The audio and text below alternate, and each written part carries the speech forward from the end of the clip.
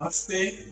मैं योग आचार्य हेमंत, योग ऋषि आश्रम अजमेर से आप सभी को 12वें अंतरराष्ट्रीय योग दिवस की, जो 2026 में अब मनाया जा रहा है 21 जून को, इसकी बहुत बहुत बधाई, हार्दिक शुभकामनाएं। यह मंगल पर्व हम सब भारतीयों का ये गौरव है कि भारतीय सनातन संस्कृति से निकला हुआ यह आरोग्य का पर्व, यह ओम का पर्व आज पूरे दुनिया में लगभग 190 देशों में मनाया जा रहा है। और बहुत गौरव की बात है कि एकमात्र केवल यही पर्व है जो पूरी दुनिया सस्वर, एक स्वर में मिला करके मना रही है। चाहे वो कोई अपने फिजिकल हेल्थ के लिए कर रहा है, चाहे मेंटल हेल्थ के लिए कर रहा है, चाहे सोशली किसी तरह से यूनाइट होने के लिए कर रहा है, किसी भी कारण से कर रहा है, लेकिन ये एकमात्र यही पर्व है, एक ही दिन है जिसको कहेंगे डे।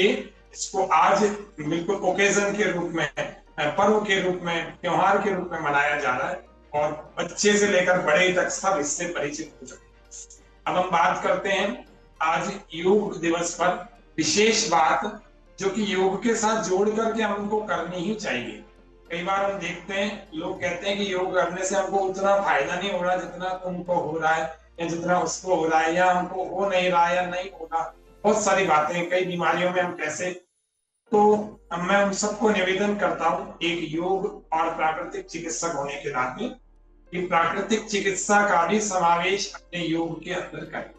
हम इसको कहते हैं इंटीग्रेटेड पैथी, इंटीग्रेटेड योग थेरेपी, जिसमें हम पहला पहला जो क्रम चलाते हैं वो चलाते हैं शुद्धि का, दूसरा क्रम चलाते हैं शक्ति का, और तीसरा क्रम चलाते हैं शांति। तो ये चूंकि शुद्धि, शक्ति और शांति ये तीन चीजें हैं, इन तीनों चीजों को हमने आज योग दिवस, क्योंकि 12वां योग दिवस है, 2015 से मनाया जा रहा है, 2026 में 12 सूत्रों में हमने इसको पिरोया है। तो पहला पहला शुद्धि करें, वायु की शुद्धि करें, जल की शुद्धि करें, ये तो हमने सुना ही, लेकिन हम शरीर के एक एक अंग की शुद्धि करें। यदि हम एक एक अंग की शुद्धि करेंगे तो निश्चित रूप से हमारे ऊपर योग काम करेगा।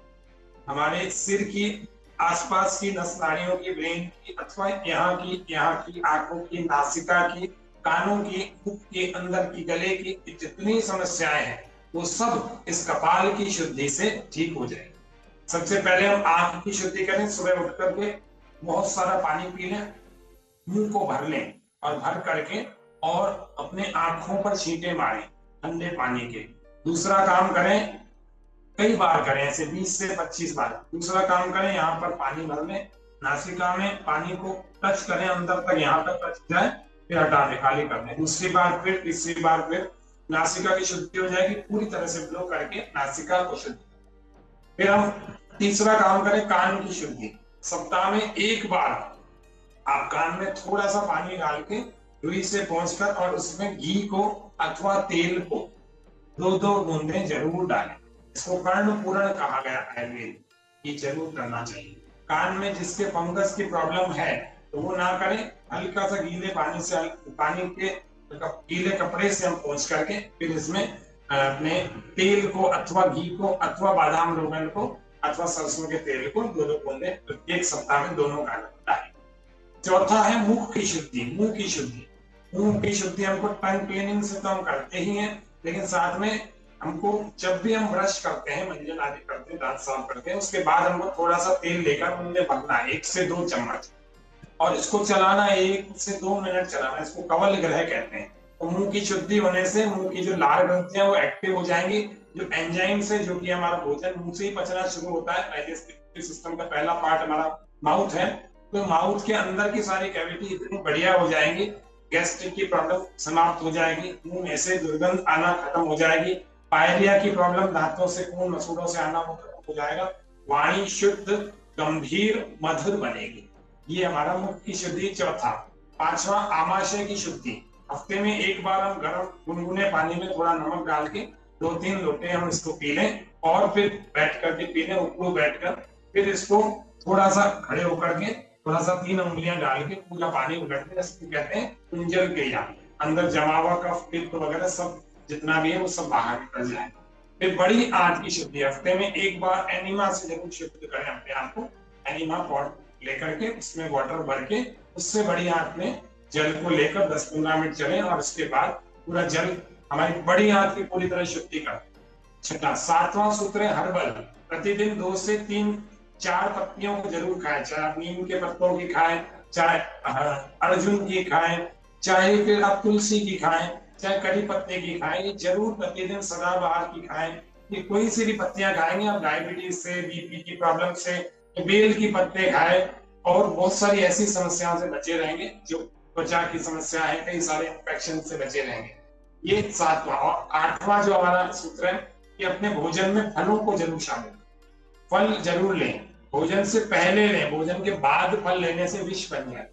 भोजन के पहले फल लें, आधा 1 घंटा बाद भोजन करें। ये 8वां सूत्र हमारा हो।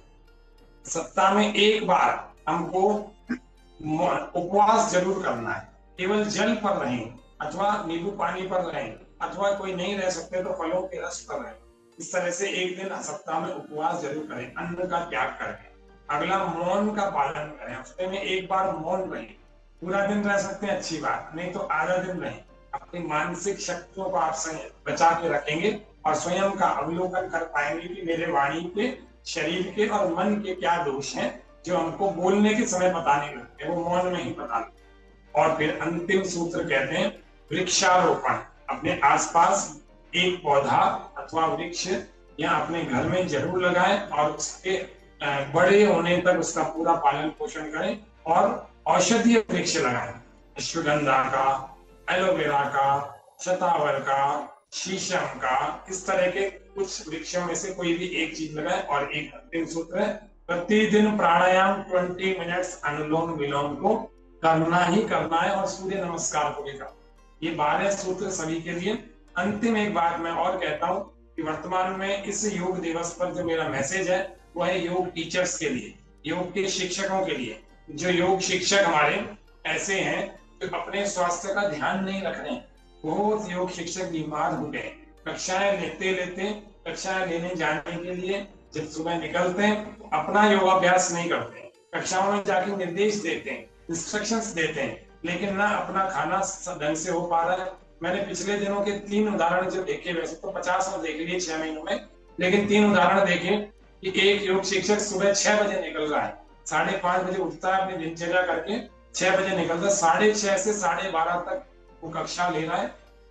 कोई नाश्ता नहीं, कोई भोजन नहीं, जबकि योग शिक्षक जब समझा रहे हैं लोगों को कि 10 बजे आपको हैवी मील ले लेना चाहिए, और स्वयं का 12:30 बजे तक भोजन नहीं, और तब तक भूख मर जाती है, क्योंकि जो बढ़िया एंजाइम्स पैदा होते हैं वो 9 से 10 के बीच में पैदा होते हैं। तो भोजन नहीं ले रहे, किसी वजह से उनके अंदर कोलेस्ट्रॉल जमा हो रहा है, किसी वजह से उनके अंदर तनाव पैदा हो रहा है, किसी वजह से किसी को अटैक आ गया। बहुत सारे ऐसे प्रकरण मैंने देखे जो 2-2 बजे तक, 3-3 बजे तक भोजन नहीं कर रहे।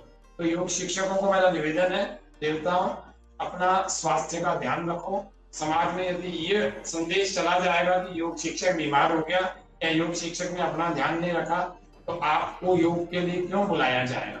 इसलिए आप अपने आप स्वस्थ रहें, मस्त रहें। इतनी बातों के साथ आज इस योग दिवस की पुनः सबको बहुत बहुत बधाई। जय हिंद, जय भारत।